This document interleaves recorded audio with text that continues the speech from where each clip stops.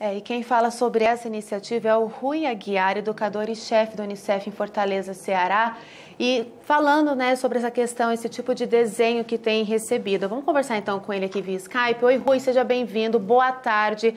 A gente percebe um pouco das emoções dessas crianças que estão fazendo a quarentena. Qual a preocupação do Unicef em relação a essas crianças? A gente viu ali, tédio até escrito, a preocupação de vocês mesmo.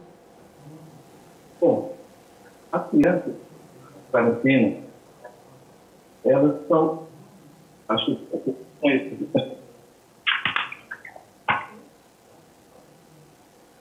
Oi, Rui. Oi. Isso, agora sim. Beleza, desculpa, estava com um extra aqui. As crianças numa emergência sempre são as pessoas mais afetadas. E essa pandemia, ela tem uma característica muito especial, porque logo no início se falava muito de que um grupo mais de pessoas idosas seria mais afetados do que as crianças. A gente está vendo que não é bem assim, que você tem crianças e adolescentes sendo contaminados, mas as crianças são afetadas de uma outra maneira também, que é da maneira emocional. Elas são afetadas emocionalmente e são afetadas para sempre. Quer dizer, tudo que está acontecendo nesse momento de quarentena vai ter uma repercussão no futuro.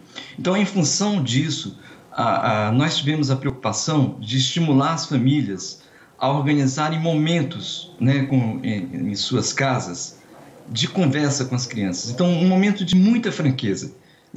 E para isso, a gente está utilizando uma arma poderosa que é a ludicidade, que é uma linguagem entendida pela criança e que é a linguagem pela qual a criança se expressa. Então, a ideia é que a criança, junto com os pais, com os irmãos mais velhos, com quem está em casa, desenhe o que está sentindo, coloque no papel o que está sentindo e, após esse primeiro momento, é feita uma reflexão junto com a família. E aí a ideia é que as pessoas possam discutir abertamente o que é que está acontecendo. Quer dizer, o que é que está passando na cabeça da criança? Como a reportagem mostrou, a gente tem sentimentos muito contraditórios. Medo, esperança, um sentimento de aventura, tédio, saudade dos amigos, saudade dos parentes. Muitas crianças não entendem ali essa novidade de ter os pais dedicados a ela o tempo todo. Então, esses sentimentos todos têm que ser discutidos pela família e discutidos de forma bastante honesta. Então, essa é a ideia básica, é ouvir as crianças. Depois disso, as famílias são convidadas a compartilharem isso no Instagram, com a hashtag Sentimentos no Papel, marcando @Unicef Brasil. Nós vamos identificar a contribuição de cada família, vamos publicar no nosso site e vamos estudar esse material, como já estamos fazendo, para entender melhor o que está acontecendo com as crianças e criar novas formas de apoio às famílias. A gente conhece o trabalho respeitado do Unicef, de anos aí, a atenção, principalmente para as crianças em vulnerabilidade, enfim, é um trabalho respeitadíssimo no mundo todo. Vocês já pararam para analisar como vai ser a situação do pós-pandemia com as crianças? Sim, é a nossa grande preocupação. Na verdade, a gente tem duas grandes preocupações. A primeira agora é a prevenção, como é que você se previne, como é que previne do contágio e como é que a gente chega com informação qualificada para que as crianças possam entender a importância de lavar as mãos, de se proteger, de manter uma certa distância, porque é que na cozinha da casa está se limpando tantos alimentos, está fazendo tanta coisa, por que está se dobrando tanta atenção. Então, tudo isso é muito importante agora para que a criança entenda o que é isso, o contágio, o que é o risco do contágio. Mas a gente tem uma preocupação especial, que é o que a gente chama de continuidade do serviço. Muitas crianças, por exemplo, elas estão sem aula. A gente até fala nessa campanha que você tem dois grupos de crianças. Você tem um grupo de crianças online, que são as crianças que continuam tendo aulas, que estudam em escolas privadas ou em algumas escolas estaduais e municipais que mantiveram atividades e que, portanto, têm alguma atividade ainda relacionada à educação e o aumento da escolarização, mas muitas crianças não têm essa possibilidade. Você tem um grupo de adolescentes, por exemplo, agora que estão preocupados com o Enem. Como vai ser o Enem sem ter aula e vai fazer o Enem. Então, como é que vai haver algum tipo de incentivo, de apoio, de reforço? O que é que vai acontecer? Então, você tem tudo isso sendo vivido agora.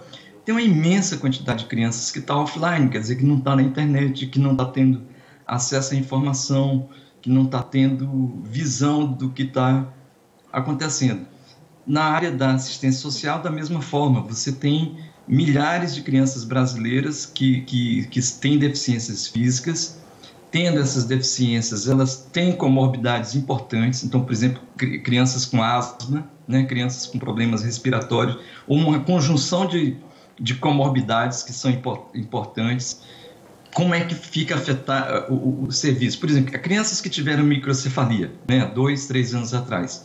Essas crianças precisam de atendimento específico, intensivo, e muitas dessas crianças vinham passando por um processo de estimulação precoce que, em alguns casos, parou.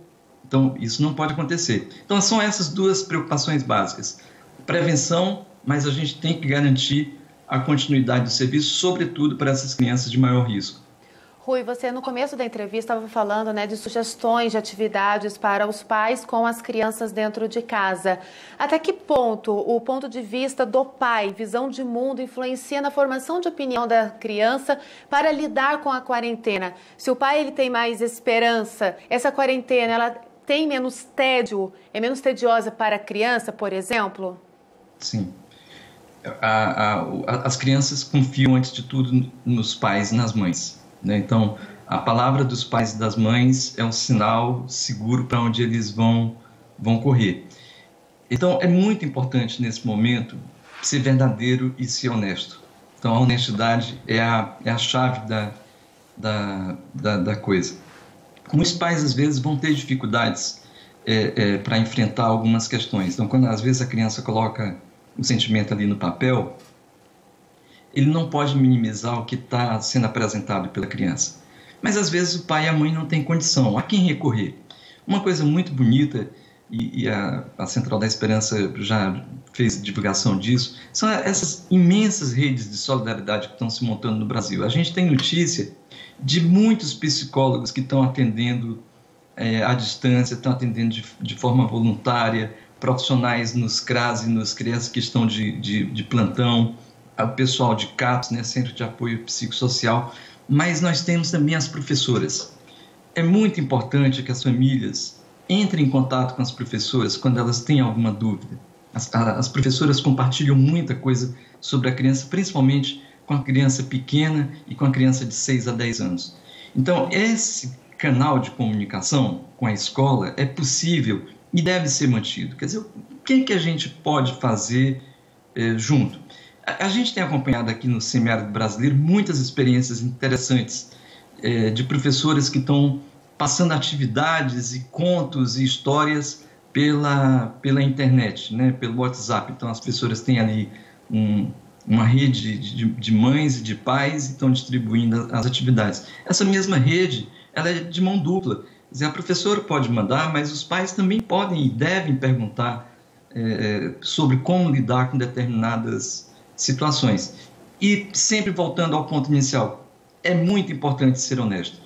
Se está cansado, puxa, hoje eu estou cansado, hoje eu não estou em condições, mas arranja um tempo, arranja uma condição e vão levando junto. Sem honestidade, não dá para passar por essa quarentena. Rui, a gente quer agradecer a sua participação aqui na Central da Esperança para falar um pouquinho dessa campanha, né, Filhos on Paper, aí do Unicef. Muito obrigada, viu, pela sua gentileza de expor um pouquinho dessa campanha para todo mundo que está em casa. Tá, joia. Obrigado, parabéns pelo programa. Muito bom. Obrigada. Obrigada.